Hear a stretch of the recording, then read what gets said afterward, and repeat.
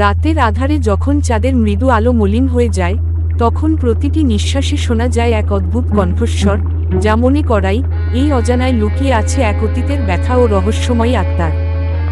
সেদিন ছিল অতি শান্ত একটি বিকাল। সূর্যের আলো যেন ধীরে ধীরে অস্ত যাওয়ার আগে সারা শহরটিকে এক অপরূপ সোনালী আভা প্রদান করছিল। আমি, একজন সাধারণ যুবক, একদম প্রস্তুত ছিলাম আমার একাকী রাত কাটানোর চ্যালেঞ্জে। অনেকেই বলতো রাতের আধারে অশরীরীদের শব্দ শুনতে পাওয়া সম্ভব, আর অনেকেই বলতো সবই কল্পনা। কিন্তু আমি নিজের ভয় কাটিয়ে উঠতে চেয়েছিলাম এবং ঠিক করেছিলাম একদিন রাতের আধারে থাকবো একা, সকল ঐতিহ্যবাহী গল্প, শোনানো কাহিনী আর সেই অজানা সঙ্গীতে মগ্ন হয়ে। ঘরে পৌঁছানোর পর আমি আমার সবার নীরব কোণে একটি ছোট রুম বেছে নিয়েছিলাম। রুমটি ছিল পুরানো, জানালার ফ্রেমে কালো আধারের সিলেট, মেঝেতে ধুলোর স্তর, আর দেওয়ালে ঝাপসা পুরনো ছবি। এখানেই আমার রাত কাটানোর পরিকল্পনা ছিল।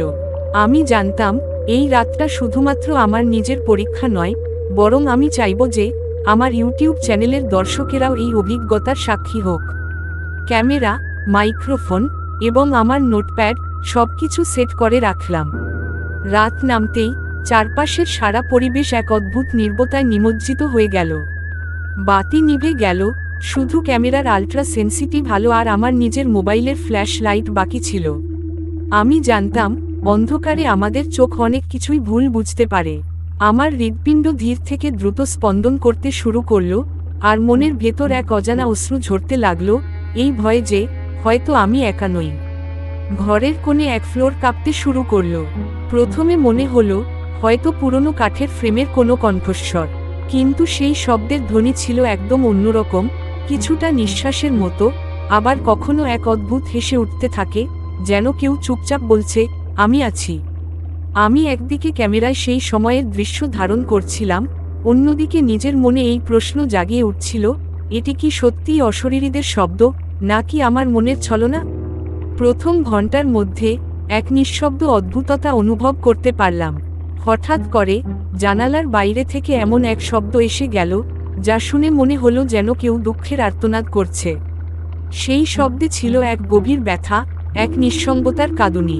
আমি জানতাম এটাই সেই গল্পগুলোর অংশ, যা আমাদের শৈশবে শুনেছি, ভূতের আর্তনাদ, যারা তাদের অপ্রাপ্ত ইচ্ছার ব্যথা বহন করে।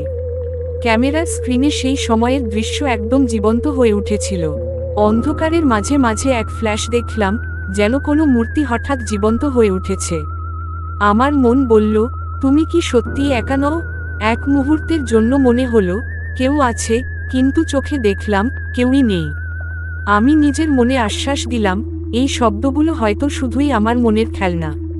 তবে মনের ভিতরে এক ভয়ঙ্কর সন্দেহ জাগ্রত হচ্ছিল, যা আমাকে বলছিল, এই অন্ধকারের মাঝে সত্যিই কি কোনো আত্মার সুর শুনতে পাচ্ছ? ঘরের এক কোণে পুরনো বইয়ের তাক থেকে পড়ার জন্য বইগুলো ঝরঝরে হয়ে পড়েছিল, আর সেই সময়ই মনে পড়ল আমার এই ঘরটি একসময় ছিল একটি পুরনো বাড়ির, যেখানে অনেক বছরের আগে ঘটে যাওয়া দুঃখ দুর্দশার কথা এখনও বিদ্যমান। সেই দুঃখের স্মৃতি যেন অন্ধকারের মাঝে উকি মারছিল। এক মুহূর্তের জন্য মনে হলো বইগুলোর পাতাগুলো সজীব হয়ে উঠেছে, যেন তারা একা একা নিজের গল্প বলছে। সেই গল্পগুলো ছিল এমন, যেখানে এক এক করে অশরীরীরা তাদের অতীতের ব্যথা আর কষ্ট ভাগ করে নিচ্ছিল।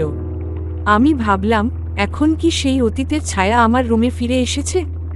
এই ভাবনা আমাকে আরও গভীরে নিয়ে গেল, আর সেই সময়ই এক নীরব কণ্ঠস্বর শুনতে পেলাম, যা শুনতে একদম মানুষের নয়, বরং এমন এক জীবনের কষ্টের আর্তনাদ মনে হচ্ছিল। সেই কণ্ঠস্বর আমাকে আকৃষ্ট করল, আবার ভয়ের স্রোতে ভাসিয়ে নিল।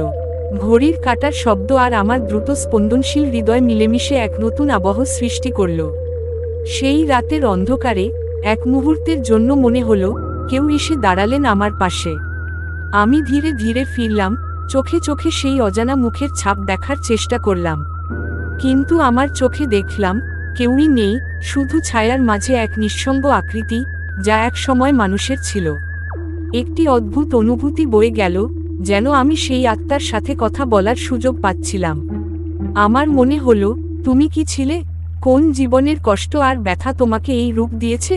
সেই সময়ে এক নরম কণ্ঠস্বর, যা একদম আত্মার মতো ছিল, বলল, আমি তোমার সঙ্গী, তোমার কাছে এসেছি।